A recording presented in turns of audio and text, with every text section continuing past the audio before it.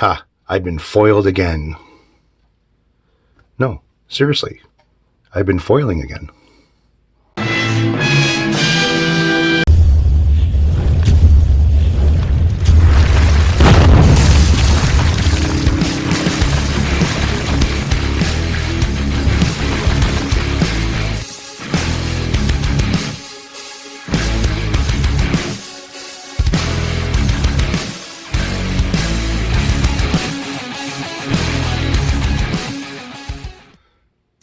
All right, not a little bad idea to light up the countertop a little bit more than what it is. These are 3 pods that came from an LED lantern for, camping and stuff like that. They have 8 LEDs per pod.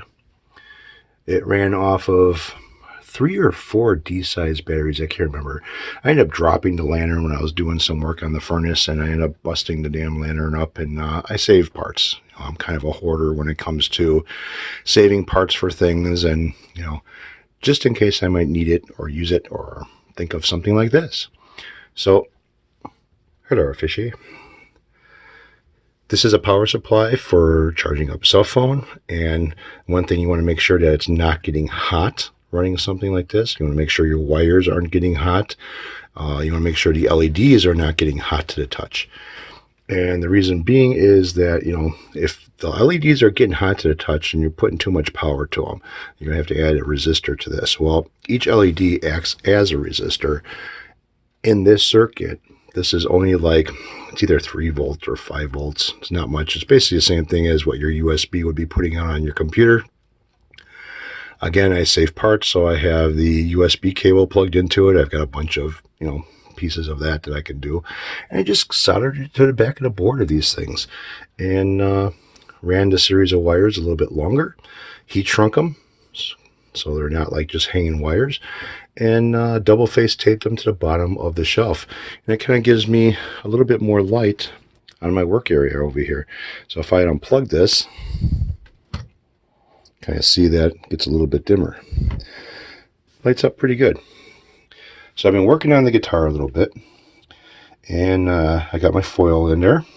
I put my output jack back in, started running the ground from the tremolo, and I got the ground for the center pickup ran as well.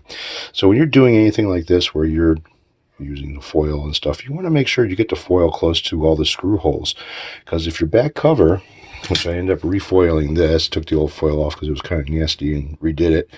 So if your back cover tightens down where the screws are, they're going to make connection on every point, and it'll give you your little Faraday cage or whatever you want to call it. So on this thing here, I don't have any more, but I had some of that shielding paint. So I painted the center pickup, and then I took a little bit of some rubbing compound and stuff and did a little bit of work on the body just to see, how well it'll clean up. And I gotta say, this thing cleaned up quite nicely. I mean, a lot of the scratches, just going over it one time, a lot of the scratches that were on here pretty much came out. That's why I like to have this light over here now on this counter, because I can see a lot better. And a lot of the scratches that were on the bottom, well, right now I got fingerprints all over it, but over here there was a little bit of scratching, buckle rash or whatever, and pretty much got rid of that too as well.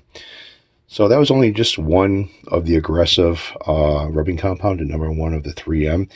And if it shined up like this, just with the, number 1, just think what it's going to be like when I hit it with the number 2 rubbing compound and then the polishing afterwards after that.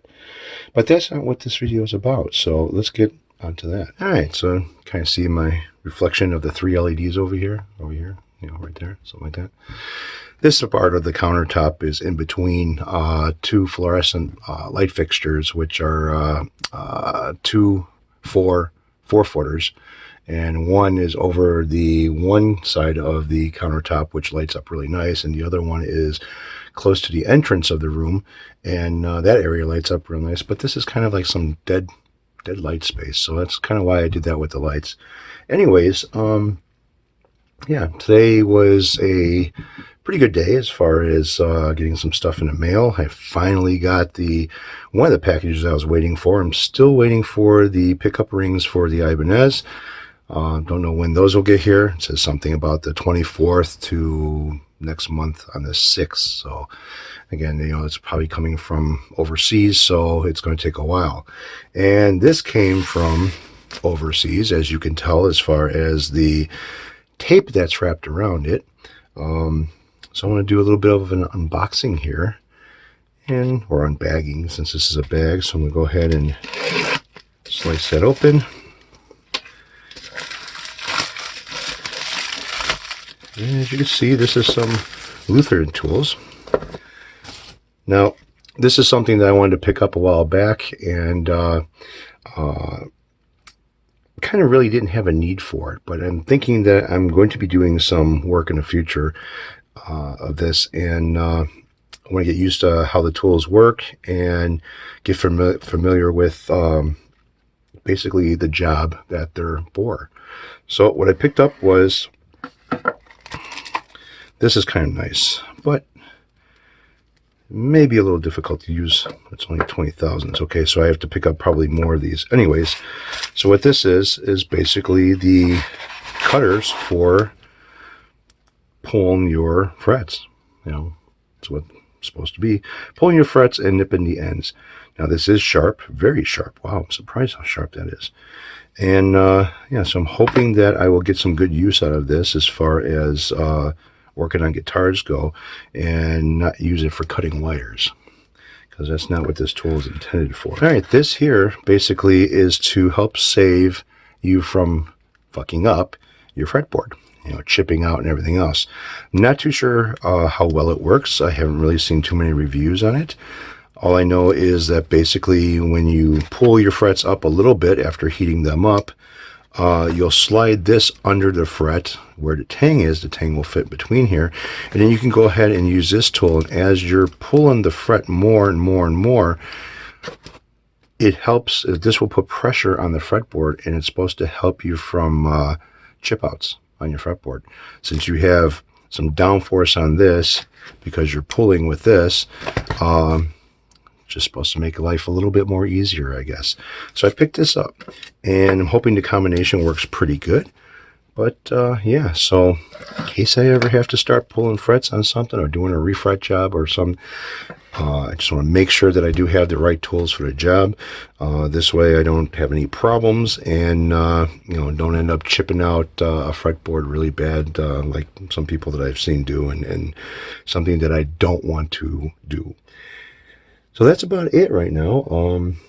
Again, the guitar is basically on hold until I get these pickup rings coming in. I really can't do too much more with it.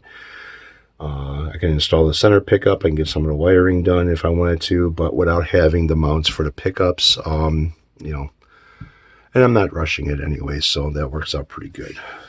Anyways, all right, you guys take it easy. Have a good one. And that's my story, and I'm sticking to it.